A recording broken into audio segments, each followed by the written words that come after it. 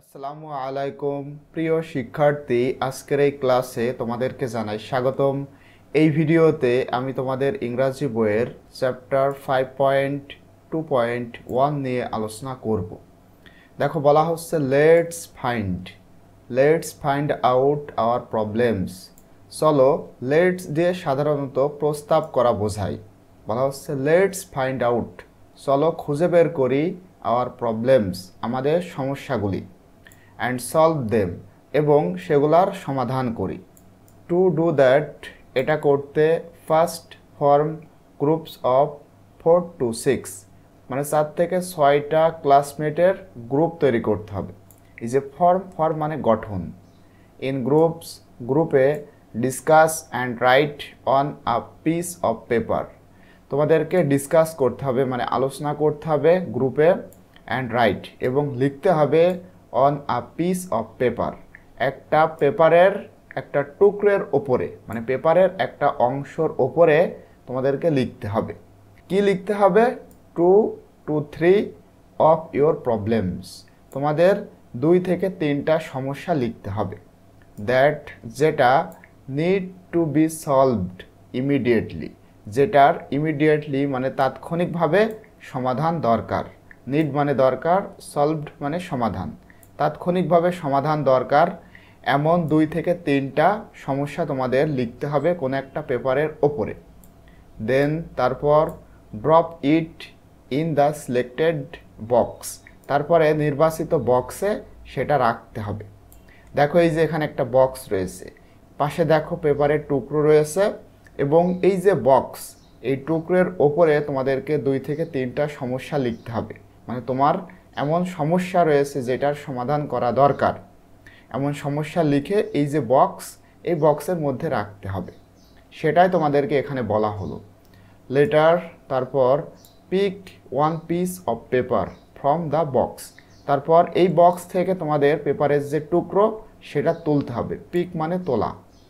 And discuss the possible solutions to the problems in groups, এরপরে দলে possible solution মানে সম্ভাব্য সমাধান, মানে এই যে সমস্যা, এই সমস্যার সম্ভাব্য সমাধান নিয়ে ডিসকাস করতে হবে, মানে আলোচনা করতে হবে।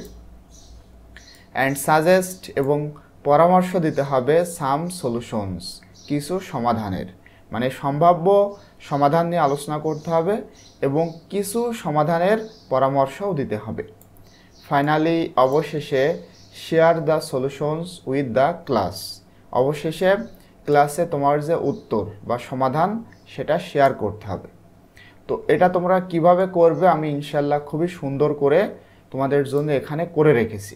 আশা করছি এটা দেখলেই তোমরা খুবই ভালো করে বুঝতে পারবে। এবং ভিডিওটি শুরু করার পূর্বে তোমাদের কাছে একটা রিকোয়েস্ট থাকবে, তোমরা শুধুমাত্র নিজেরাই ভিডিওটি দেখবে না, অবশ্যই তোমাদের ফ্রেন্ডদের সাথে ভিডিওটি বেশি বেশি শেয়ার করবে, যেন প্রত্যেকেই এই ভিডিওগুলো দেখে উপকৃত হতে পারে। তোমরা যদি ভিডিও দেখে উপকৃত হতে পারো, এটাই আমার চরম সার্থকতা। তো দেখো, এই কাজটা তোমরা কিভাবে করবে। প্রথমে আমি 4টা পয়েন্ট আউট করেছি, এই যে 1টা 2টা, এভাবে 4টা পয়েন্টে ইনশাল্লাহ আমি তোমাদেরকে খুবই সহজে বুঝিয়ে দিব। প্রথম এই কাজটা করার জন্য দেখো, 1 নম্বরেই তোমাদের যে কাজটা করতে হবে, গ্যাদার মানে সংগ্রহ করতে হবে আ গ্রুপ অফ 4 to 6 ক্লাসমেটস, মানে 4 থেকে 6 জন ক্লাসমেটস মিলে তোমাদের একটা গ্রুপ তৈরি করতে হবে, মানে গ্রুপ সংগ্রহ করতে হবে যেখানে 4 থেকে 6 জন থাকবে। টু এনশিওর নিশ্চিত করতে আ variety of perspectives and ideas, বিভিন্ন দৃষ্টিভঙ্গি এবং ধারণা, এইটাকে এনশিওর করার জন্য তোমাদের এই গ্রুপটা সংগ্রহ করতে হবে।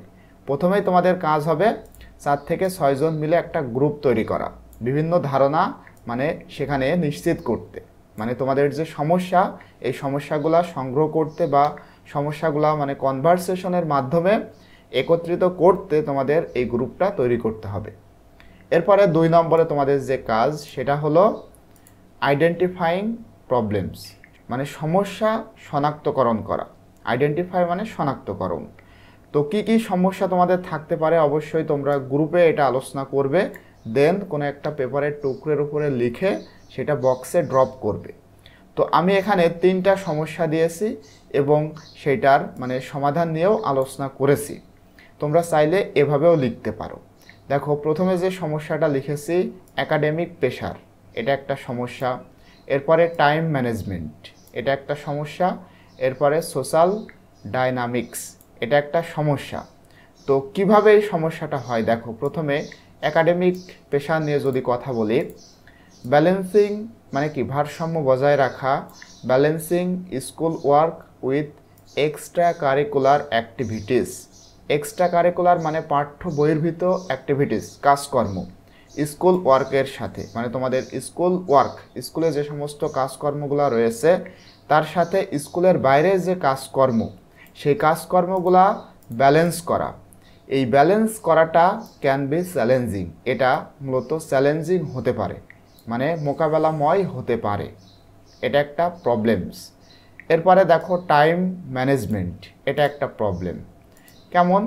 স্ট্রাগলিং মানে সংগ্রাম করা, টু ম্যানেজ টাইম ইফেক্টিভলি মানে ইফেক্টিভলি কার্যকরভাবে টাইম ম্যানেজ করা, মানে টাইমটা ঠিকঠাক রাখা, এই বিষয়ের ওপরে সংগ্রাম করা, এটা একটা প্রবলেম। কিসের জন্য? ফর স্টাডিং, পড়াশোনার ক্ষেত্রে, হবিস, শখের ক্ষেত্রে বা শখের জন্য, অ্যান্ড রেস্ট এবং বিশ্রামের জন্য। তাহলে এটা একটা প্রবলেম। এরপরে সোশ্যাল ডাইনামিক্স, সামাজিক গতিশীলতা, এটা কেমন দেখো, ন্যাভিগেটিং ফ্রেন্ডশিপস অ্যান্ড পেয়ার্স। আচ্ছা, পেয়ার মানেও কিন্তু বন্ধু বা জোড়া। তো বন্ধুত্বপূর্ণ এবং বন্ধুত্বপূর্ণ এই জিনিসটার যে পেশার মানে বন্ধুত্বের যে পেশার, এইটা আমাদের নেভিগেট করতে হবে ইন আ হেলদি ওয়ে, একটা স্বাস্থ্যকর উপায়ে, মানে খুবই ভালো করে এটা আমাদের নেভিগেট করতে হবে। কেউ তোমার সাথে যদি খারাপ ব্যবহার করে, এতে কখনোই মন খারাপ করা যাবে না, এই জিনিসটা তোমাদের মানিয়ে নিতে হবে। এটা কিন্তু আমাদের একটা প্রবলেম। কোনো একটা ফ্রেন্ড যদি আমাদের সাথে অনেক খারাপ ব্যবহার করে, আমরা হয়তো অনেক কষ্ট পাই, কিন্তু এই কষ্টটা আমাদের কাটিয়ে উঠতে হবে এবং কেন সে তোমার সাথে খারাপ ব্যবহার করছে এইটা মাথায় রেখে তোমাদের সামনের দিকে এগোতে হবে।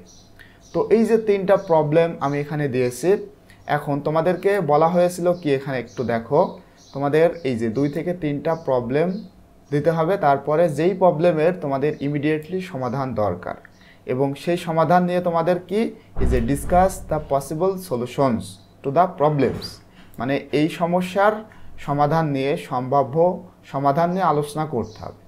তো এখানে দেখো আমি সমাধানটা দিয়েছি 3 নম্বরে, ডিসকাসিং সলিউশনস মানে সমাধান নিয়ে আলোচনা।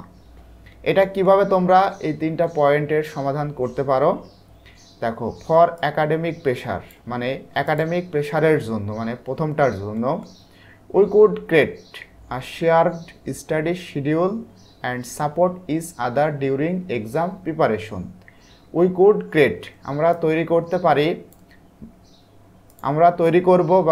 করতে পারি একটি ভাগাভাগি স্টাডি শিডিউল, মানে টাইম ম্যানেজমেন্ট করে স্টাডি করা, এটা আমরা শেয়ার করতে পারি এবং একে অপরকে সাপোর্ট করতে পারি ডিউরিং এক্সাম প্রিপারেশন, মানে পরীক্ষার প্রিপারেশন নিতে বা পরীক্ষার প্রিপারেশন নেওয়ার সময় আমরা একে অপরকে সাহায্য বা সাপোর্ট করতে পারি। এর ফলে হয়তো এই যে একাডেমিক যে প্রেশার এটা একটু কমবে। তাহলে এটা একটা আমাদের সমাধান।